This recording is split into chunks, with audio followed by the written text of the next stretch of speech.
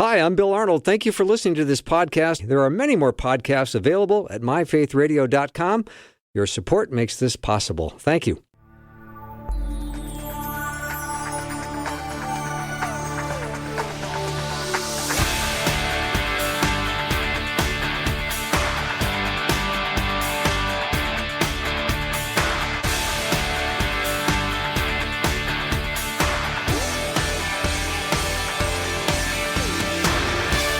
And a warm welcome to the afternoon show. I'm Bill Arnold. And when Dr. Glenn Pickering sends me a topic entitled Finding Peace in the Storm, boy, does that have my attention. I'm looking forward to having that discussion today.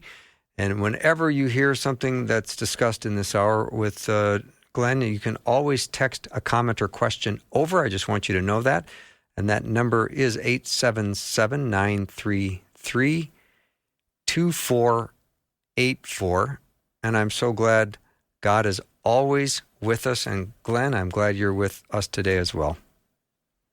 Thanks for having me. Yeah.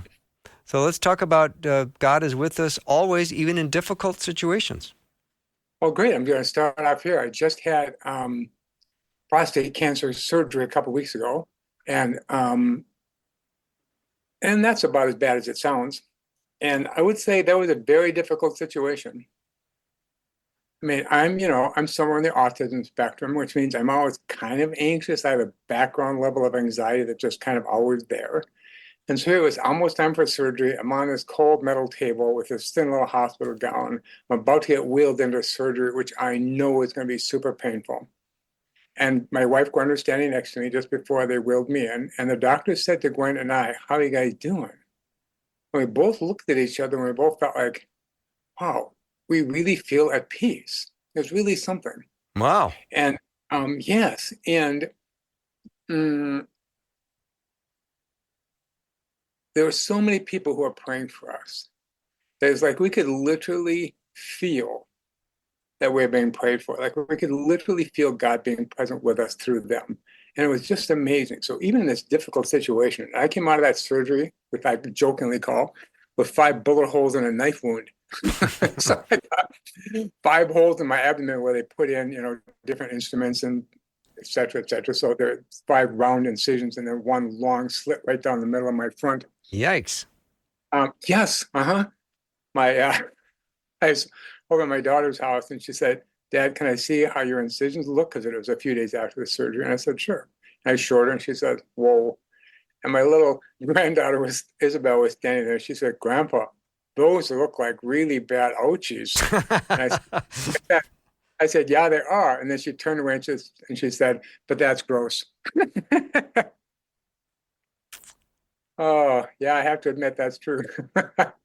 So, but even in that difficult time, I was able to feel peaceful because I just could really feel like God is really with me.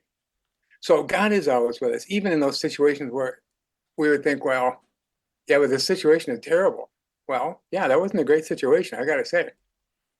But we can be peaceful even then, and we can feel God being with us even when it feels like He's not, which sounds counterintuitive. But I just think if you read any of the Psalms, well, at least a vast majority of them, they start off like Psalm 13. It's like, "God, how long will you be away from me?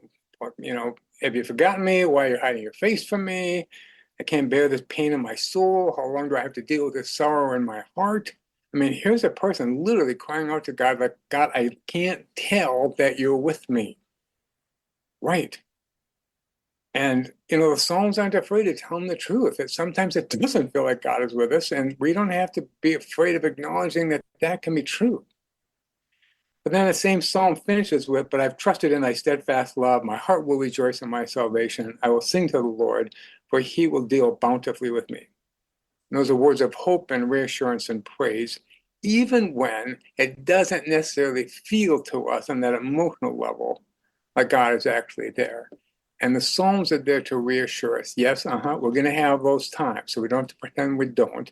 But we just need to know that even in those times, God really is with us in a really, really powerful way that will lead to hope and reassurance and praise in the end. Great start, Glenn. This is obviously difficult having you tell this story about what's going on in your life, but I also appreciate the way that you're starting to connect amazing dots with Psalm 13. And this is how we often feel when we're in that mode of fear, anxiety. And I want to back to the metal gurney you were on with the thin little hospital gown. Shivering cold. Were you feeling peace then, or was it when the doctor said, "How are you doing"? No, the whole time. Even when Gwen was driving me, because you have to have somebody drive you to the surgery. Even when Gwen was driving me to the surgery, both of us felt amazingly peaceful. Wow. Because there were people who started praying for us, like even a couple of days ahead of time, and it was just so clear.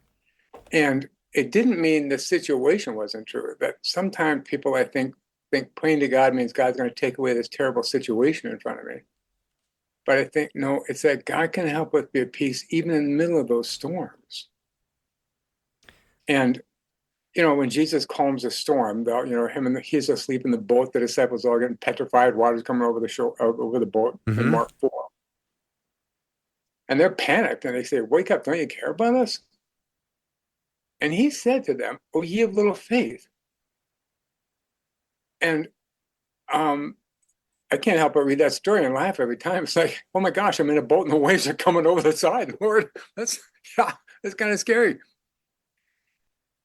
And the more I think about the surgery, the more I think he wasn't saying, don't be scared. He's saying we should be able to have faith even while we're scared that God will, in that process, be with us in some powerful way. And I'm kind of reread that passage a little differently this last week. I bet. And I love that you're saying this, because what I'm hearing is you really mean it, and it's true. You're not saying this because this would make for good Christian radio. Right, exactly. I felt like I relearned or learned at a way deeper experiential level all the things I'm going to be talking about today. Yeah. And and I think you're right. It's easy to just mouth the words. And it's easy for people, if we're really struggling with something, to tell us, well, like sort of tell us somehow that it's wrong that we even feel anxious, or that it shouldn't be that big of a deal, or like crazy stuff like that. But the Psalms say, yeah, you're right. Some parts of life really are hard. That's really true. And sometimes God does feel far away. That's really true too. We don't have to hide that or fix it or pretend it's not true or tell each other some cliche that we shouldn't feel like that. Like, no, we need to just acknowledge, yeah, sometimes that's true. And that doesn't make us unchristian. Yeah. When the psalmist is pouring out, how long will you forget me, and how long will you hide your face and bear pain in my soul? I know that God is allowing that scripture because he knows how men are when they're desperate. Right. Yeah. We get scared. We get worried. And then our little ego kicks in thinking, how am I going to fix this? But God's always like, well, actually, you and I are going to fix it together if you're willing to be on my team. Whoa. And I think about, that part about that God is with us even when it feels like it's not. And again, that passage in Hebrews 11 just rang a little more true to me this week, where it talks about hope. We hope for that in which is yet unseen. Hope is not hope for things we already have or already know. We hope literally for things that are yet unseen. And faith is the assurance of things hoped for, the conviction of things not seen. And I love those two words, assurance and conviction. Faith is the assurance, like God's assurance to us, it's going to be all right. And the conviction of things not seen, our conviction that even though this is a difficult situation, or even though it feels to us like God's not with us, we need to stay convicted of the truth that of course God is with us, that of course God loves us, and of course God is always caring for us, and is always with us, even in those times when our little things, I got to take charge, I got to fix this thing, it's a panic situation, I got to take over. Our little ego kicks in and sort of pushes aside our spiritual self that knows perfectly well. Again, God is always with us and always will be with us, and that we can draw upon that strength and that courage at any time. Dr. Glenn, go ahead. Dr. Glenn Pickering is my guest. You can learn more about him at drglennpickering.com. We're talking about finding peace in the storm. So maybe you're in the storm right now as well. And I know that what you're hearing from Glenn, who is just having gone through the storm himself, that God is always with us, even in difficult situations. And even when it feels like he's not paying attention. And that's a horrible feeling because we often want to see and understand and not think about the assurance that we hope for or the conviction of things not seen. We like to see and understand. Yep. I have a friend who says this powerful thing. He says, people always say, I'll believe it when I see it. Mm-hmm. And he said, no, really, I will see it when I believe it.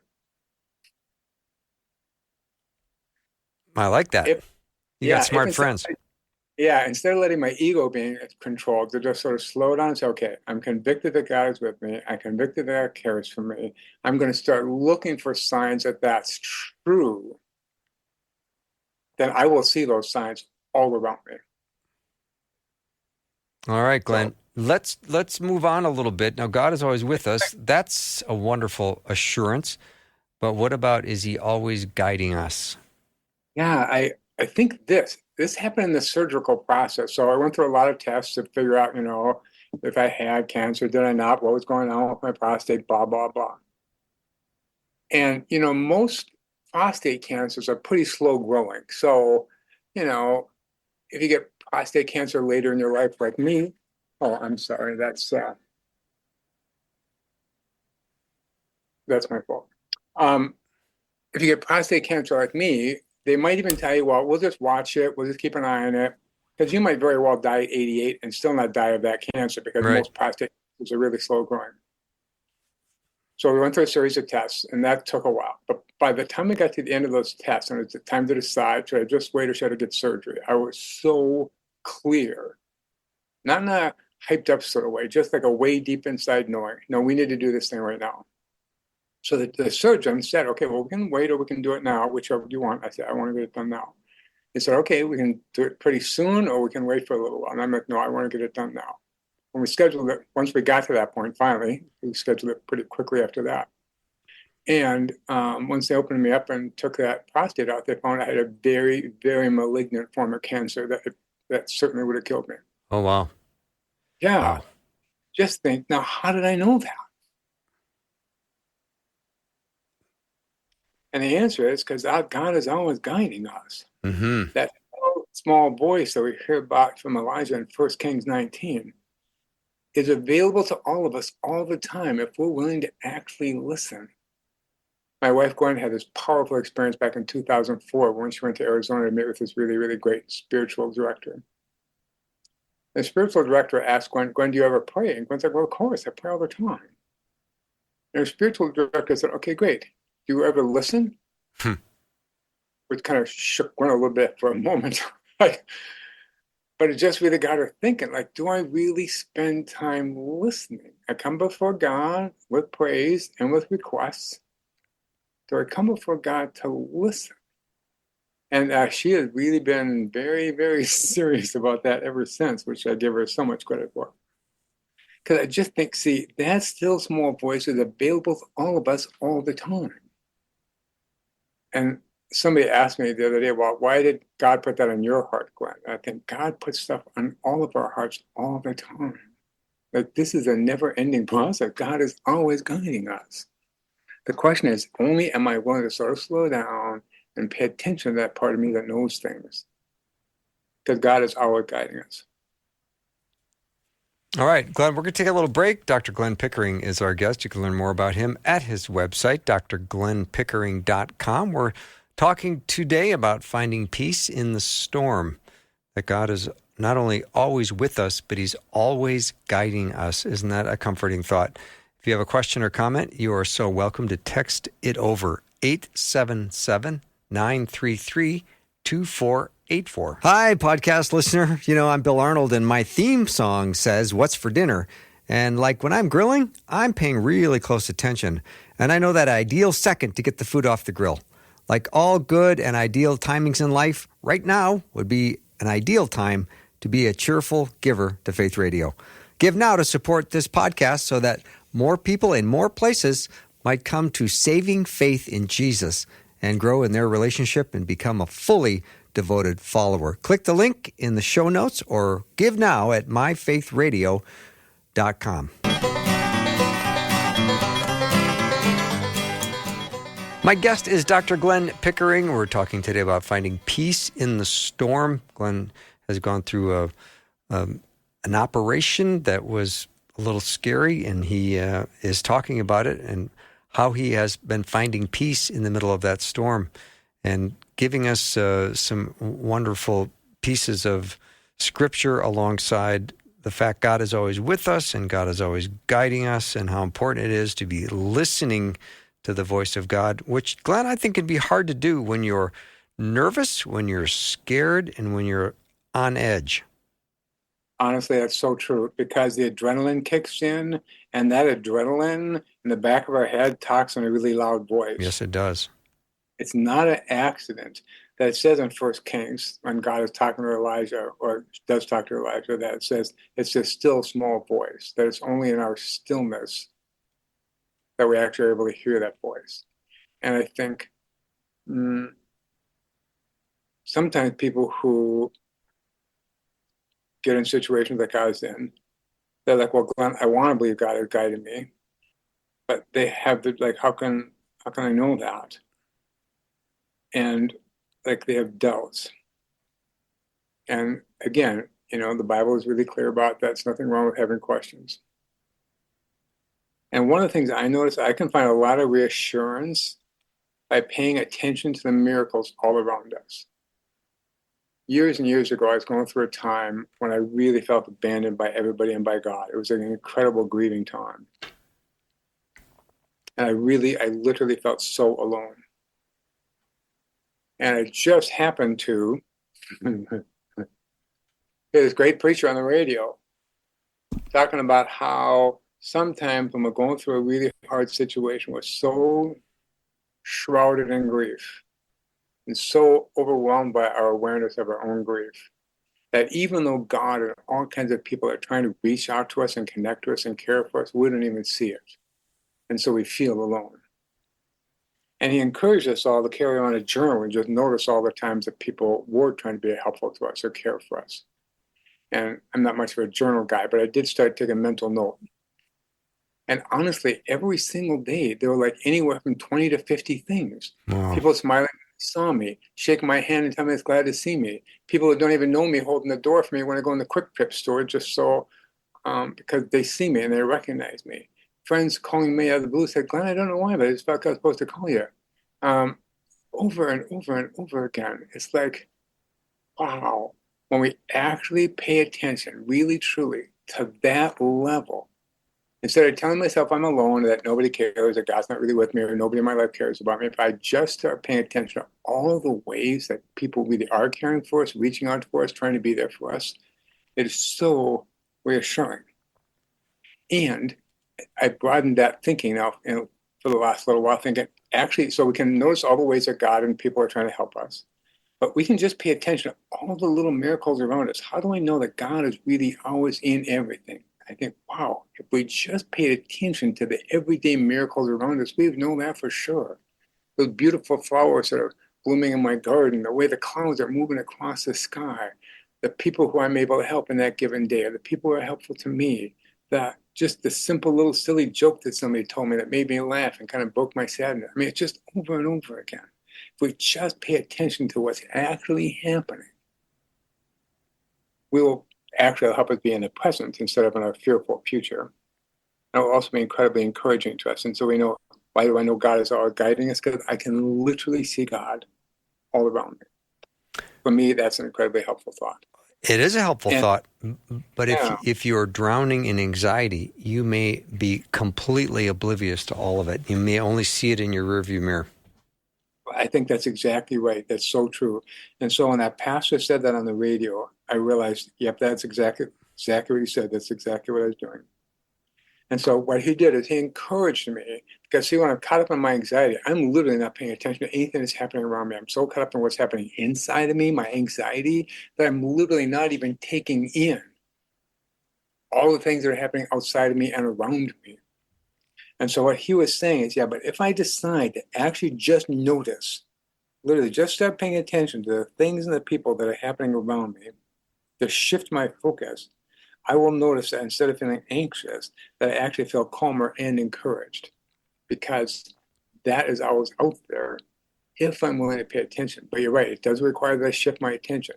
And even if I'm anxious, which I can get really anxious or fearful or grieving, I need to understand, yes, that's where I'm focused right now. But I don't have to be focused there. I can still choose, even in the midst of that, to focus on the things that are happening around me and to pay attention to the miracles that are happening around me. And Glenn, isn't it true that God's grace shows up in his perfect timing? Oh Because my God. if you're drowning in anxiety, now you're on the metal gurney in the thin hospital gown and you're flooded with peace. And that's the exact time you needed it. Right. That's so perfectly true. I love that. Because you probably wanted all this peace well in advance of the surgery. You may have had it, but for many, they're stunned how in the moment it shows up in a way that just kind of blows them away. And I go, yeah, that's how God works. It's just so like him in his perfect way, in his perfect timing, to give you exactly what you need at the moment you need it. Yep. So true. So God is always guiding us. And I noticed this too for myself and for the people I talk with. And so not God is not always guiding us. God is always guiding us in a very certain sort of direction. You know, so it says in Jeremiah 29, for I know the plans I have for you, plans to prosper and not to harm you, to give you hope and give you a future. And I think, right, God literally has a plan for our life, and it's a good one, a great one, an amazing one, a big, abundant one. And so if we're willing to sort of slow down, watch what's actually happening instead of letting ourselves get caught up in the chatter in our head, which we're going to all do some of the time, we're going to notice that, wow, things really are sort of unfolding in a very interesting way. But again, we have to stop and be able to sort of look and notice what's been happening in our life to sort of see, oh, things really are unfolding in a specific way. And if I quit getting myself all agitated and quit letting that adrenaline control me and just pay attention, what I'll know is, wow, there really is a plan. And it really is step by step being played out in my life. And so even in the hard times and the times that seem terrible, I love how the Apostle Paul says in Romans 8, for in all things God works to bring about the good. And I think, right, even in those really difficult times, even in those times when I think this is terrible, this is an awful time, so often in that so-called awful time, God is still working to bring about something amazing in our life if we're willing to pay attention. Like from now on, because I went through that surgery experience, when people talk about the peace that passes all understanding, I'm going to think, yep, I know what that means. Because I went through that experience. Because God took that situation and made something really, really great come out of that for me in a way that's just so perfect. Glenn, And yeah, getting that surgery date on the calendar, what did that do for your dependence on God and your prayer life? that's a really great question.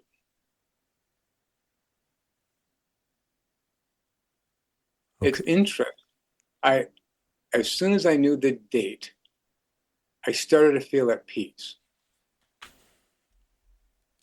Because now instead of some vague thing going on, maybe I have cancer, maybe I don't, or maybe it's going to be bad, maybe not, maybe I'm going to get surgery, maybe not. To just think, yep, I'm getting it on the 26th.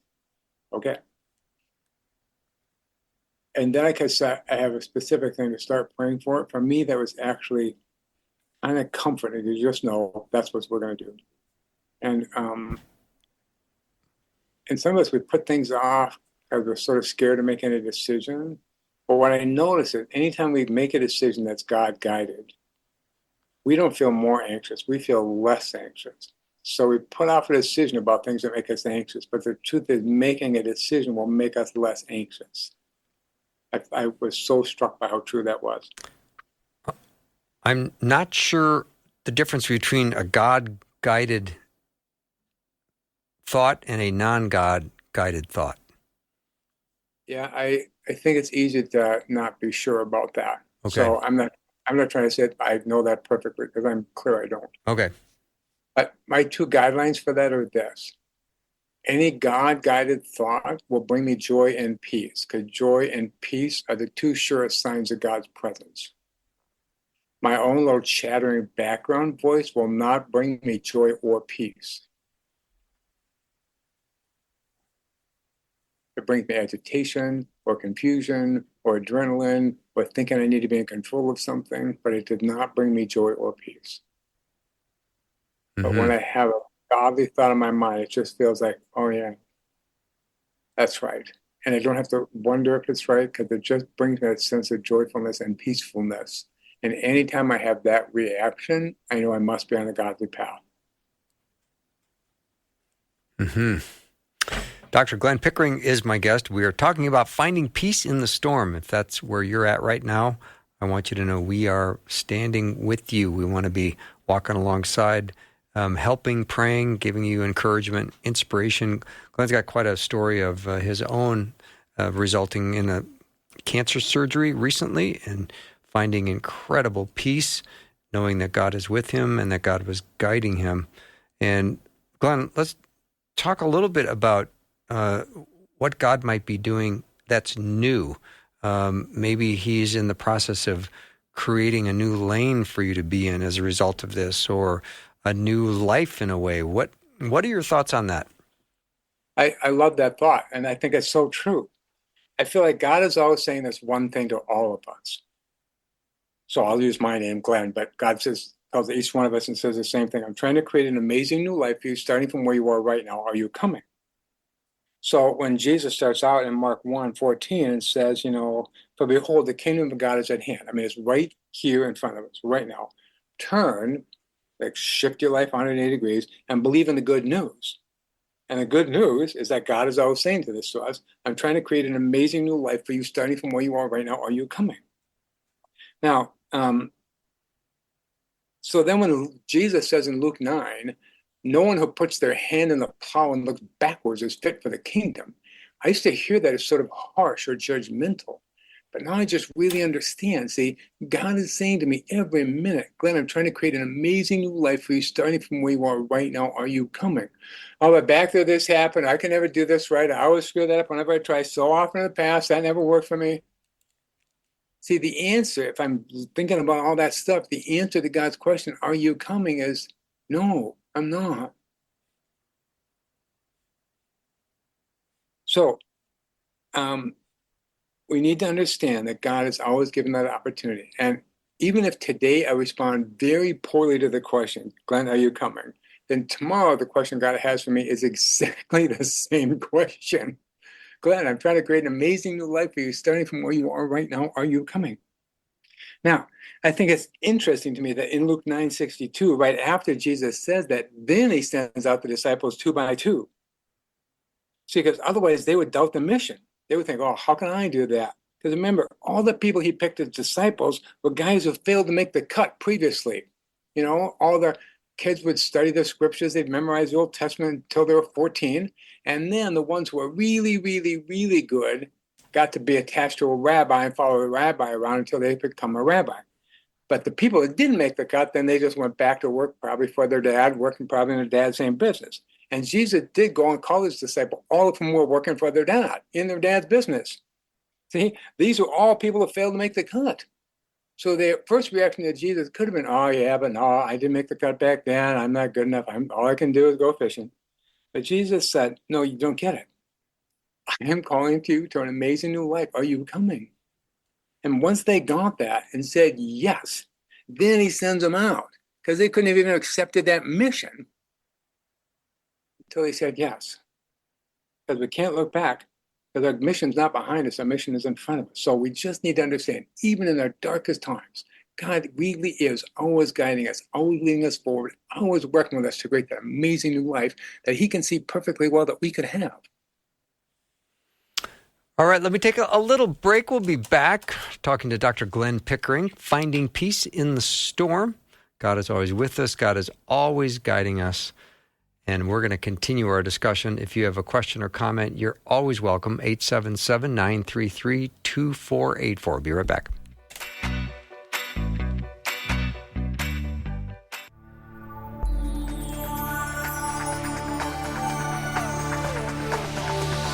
It's the afternoon show with Bill Arnold.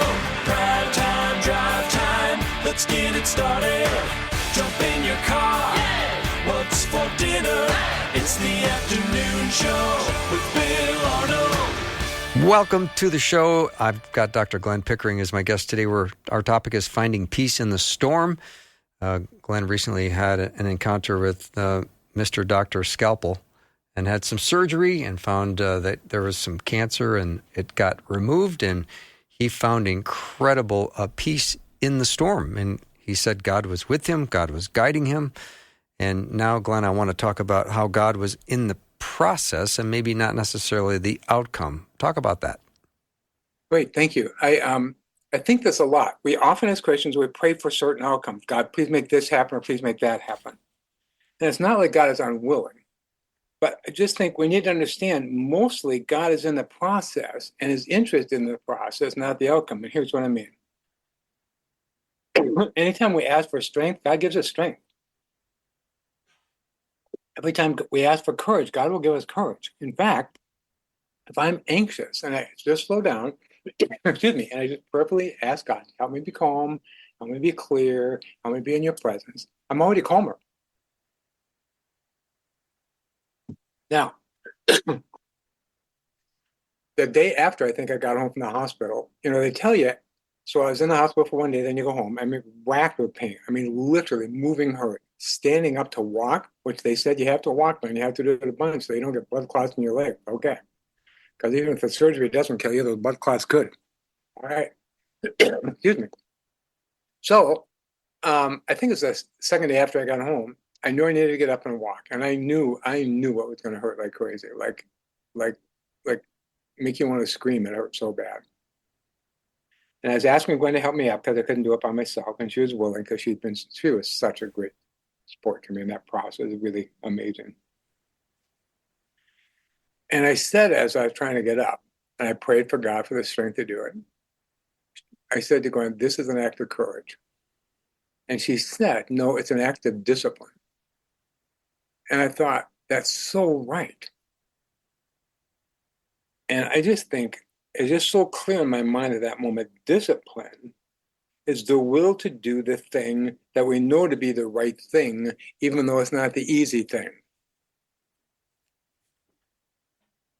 And God gives us the strength and the discipline to make those choices, even in difficult situations, even if it feels like God's not with us, because God really is always in that process with us. And so as soon as she said that, I thought, that's right. And so I got up and I was racked with pain. It was horrible. But on some level, I was okay with that in a whole different way. Instead of fighting the pain or hating the pain, I thought, right, I'm going to get up and walk despite the pain, because God gives us the discipline to do that, the will to do the thing that we know is in our long-term best interest, even if it's not the easiest thing to do in the moment. And when I talk about God being in the process, that's kind of what I mean, that God gives us the strength or the courage or the discipline to do that thing that we know He's calling us to do, even if it's hard to do it. All right, that is well said, and I appreciate even though the word discipline is a complicated word at times, it is God supplying the very need you have in the very moment you need it. And your mind is saying, this is really hard and it's painful, but God has given me this moment to do what I know I need to do in order to move forward. Right. And I thought to myself, I can't do this myself. And I was just so struck by the thing we were just talking about, that God is always with us, always guiding us. And when Gwen says, no, it's an act of discipline, I thought, right, I don't have to do this myself. God will literally give me the ability and the strength to do this thing. that's hard in the short term, better in the long term. And so I stood up, and it was painful. It hurt like crazy. Every part of me hurt. And I was okay with that. Like, it's weird to say, but I just understood. God gave me the ability to think, yes, this is necessary. It's not pleasant, but it's necessary. And God gives us the strength and the discipline to do that thing that's necessary. So that's one thing I mean about God being in the process. Mm-hmm. When The you second thing, oh, no, go ahead. I'm sorry, you go. no, Glenn, when you say that God is in the process, not the outcome, I understand that God is in the process. I think you explained that beautifully. But when you say not the outcome, that makes us all a little bit tense or nervous, thinking, but I really am praying very specifically for a very specific outcome. Right. And here's the interesting thing. That's why I say God's perfectly fine. It's not that it's wrong to ask that. It's perfectly fine. But if I say, God, please I would like outcome X, Y, or Z, God's going to think, okay, cool. I can help you bring that about. The first thing I'm going to do is change you. So even as God moves me towards a certain outcome, and God, like I said, God is always guiding us. God's moving us in a certain direction to a really amazing life. So it's not that there isn't an outcome. It's that the way to get to the outcome is to let God be with us in that process.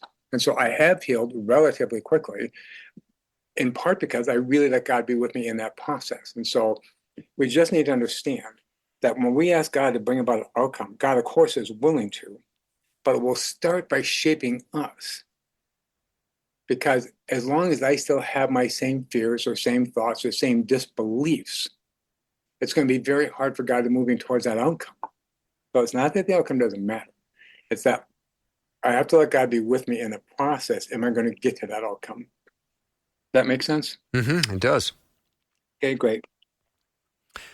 And so then part of God being in the process is, I think this to myself a lot, and I say it sometimes to my clients now if I have a deep enough level of trust with them. Oftentimes, if they're going through a hard time, they'll say something to me like, Glenn, I know it's going to be okay. God is with me, I know it's going to be okay. And like I say, if I have a close enough relationship with them, I'm going to say to them, it's fine to think it's going to be okay. But what's actually true is it's already okay. Say more about that. Well, like we say, I'm going to be okay, like I'm going to be all right. But see, if we just notice what's actually happening to us in the moment and are really aware of God being in that process, we realize, oh, God already right this minute will give me the discipline to get up.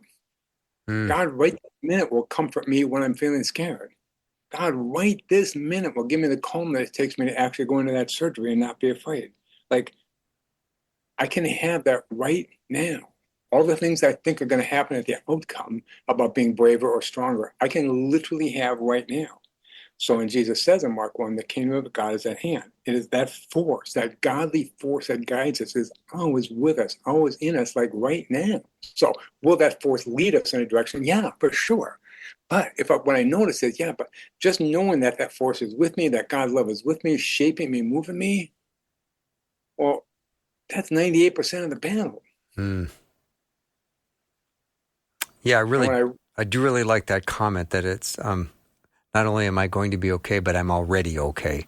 That's a very comforting thought. And I know there's folks right now that go, I needed to hear that today. Oh, I'm glad. I would love that for that to be true, because I just want us all to know. Jesus doesn't say, I will love you if, or I will love you at some point. Jesus says, I love you right now. You are my child right now. Mm-hmm. And I can just come back to that truth, the same truth that started my faith in the first place.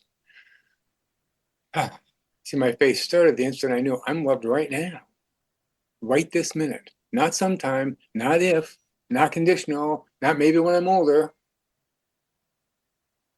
I'm loved by God right now as I am currently constructed, flaws and all. You have flaws?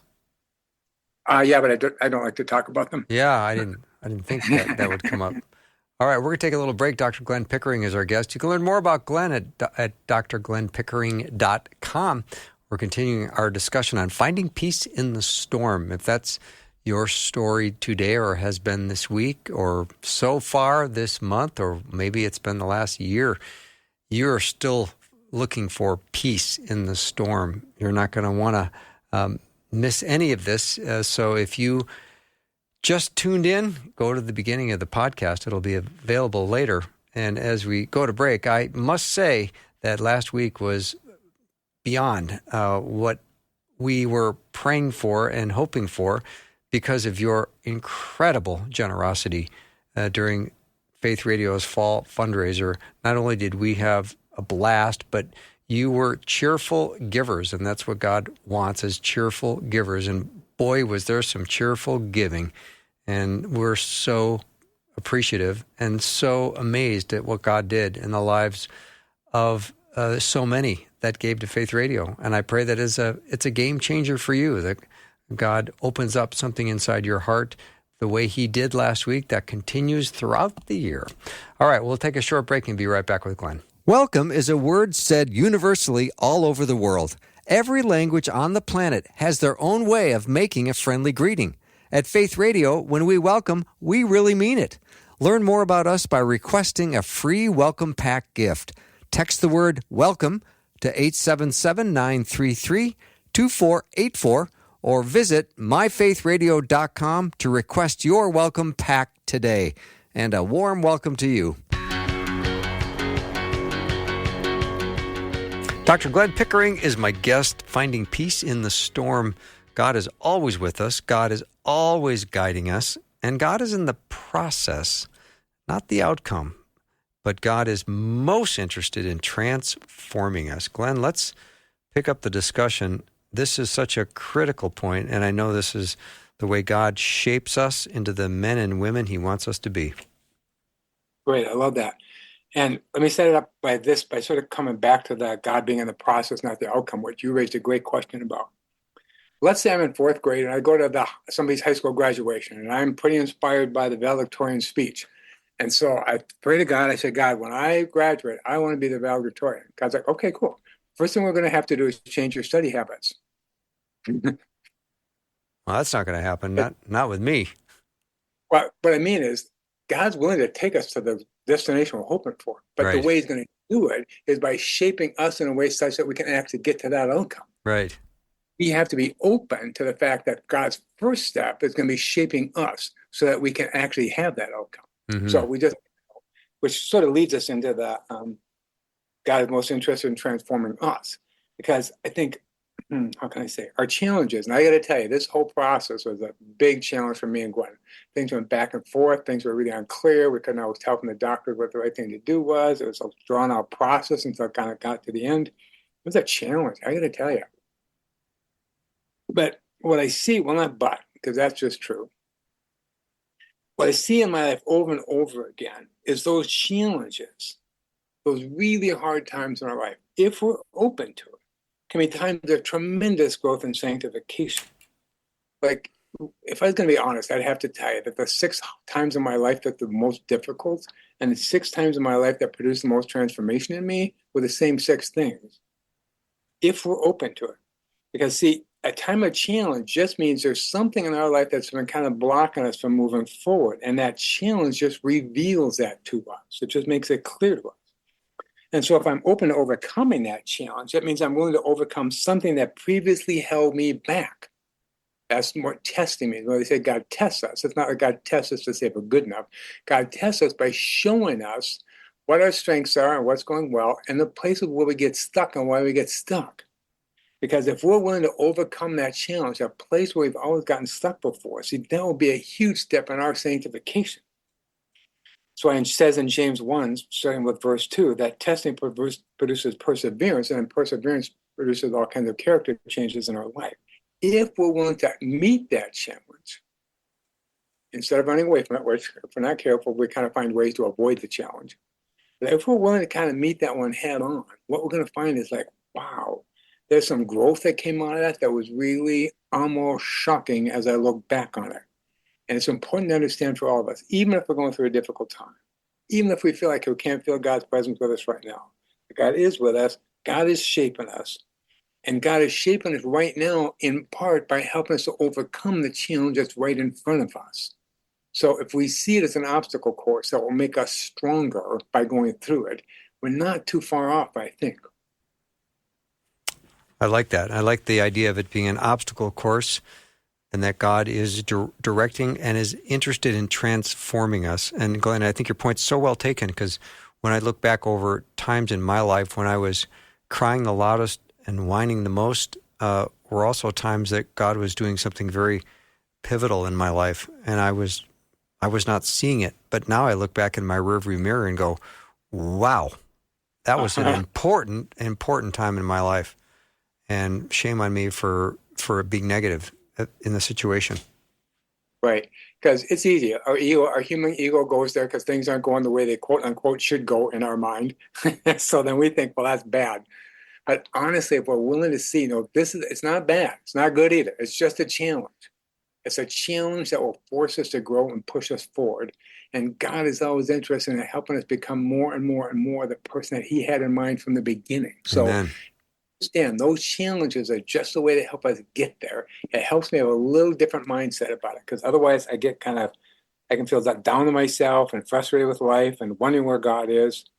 But if I understand that challenge is actually going to help me get past whatever has held me back up until now, it brings a little different mindset to that challenge. And that can help me understand that how God really is with me still, even in that hard time. And that even in that process of overcoming that challenge, God is very much with me. Glenn, how does the story of the wheat and the weeds pertain to this situation? That's a great question. I used to read that story and think that's one of the weirdest stories in the Bible. The master plants the seed, the wheat seed, and then the enemy comes along at nighttime and plants a bunch of weeds there. And the workers notice that, and they say that, they're shocked, and they come to the owner and say, what should we do? Should we tear them all up? And the owner said, no, let them grow together. We'll sort it out at the end, which is kind of a shocking response. But now I really get, our life really is filled with wheat and weeds. There are great things, miraculous miracles happening around us. There are challenges all around us. And it's easy for us to think we know which ones are which. Well, this is terrible. But it honestly might turn out to be the thing that shapes our life in some powerful new way that we couldn't even foreseen before. And so we know that life is filled with wheat and weeds, but we're not supposed to pull out the weeds because we don't actually know which is which.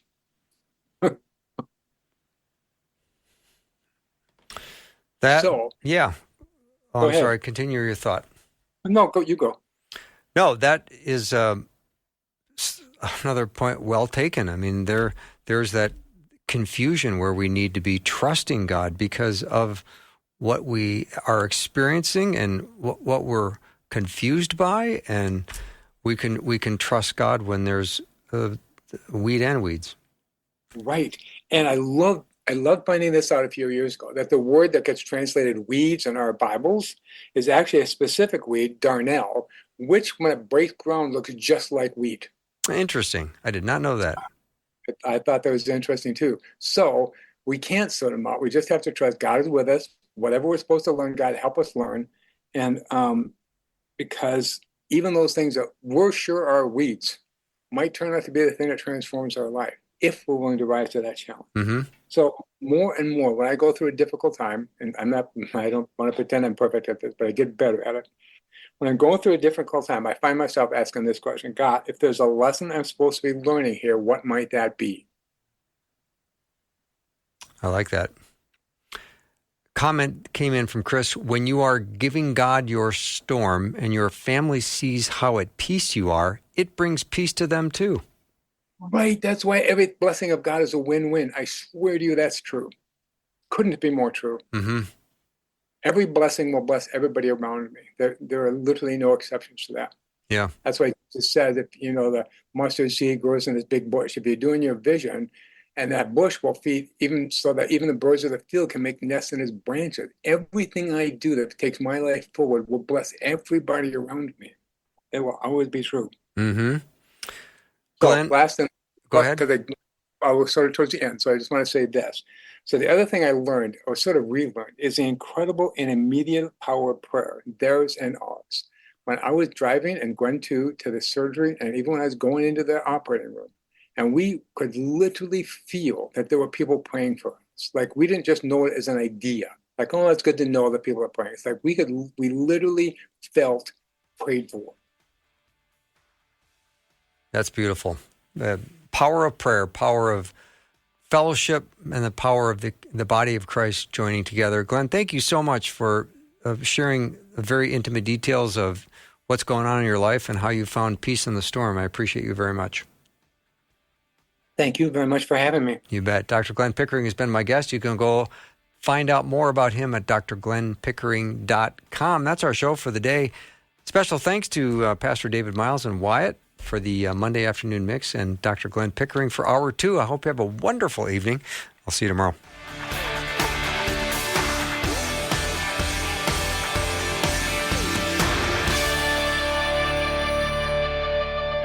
Thanks for listening. Programming like this is made available through your support. Information available at myfaithradio.com. On the latest episode of the Wow God Stories podcast, we go to Africa. I was raised in Sierra Leone in a community that truly lived the phrase, "It takes a village." Until one day, the world outside Anita's village broke in. I didn't grow up in a war zone, but I watched one unfold in the country I love. God brought hope to her story and many others through radical provision. God began to direct us towards Uganda, Africa. I was born and grew up in the countryside of Ethiopia. Nanja and I met in Kigali, Rwanda. Discover how God showed up in the middle of war, loss, and impossible odds in Africa. Stories that'll make you say, Wow, God. Wow, God. Wow, God. Wow, God Stories, wherever you get your podcasts.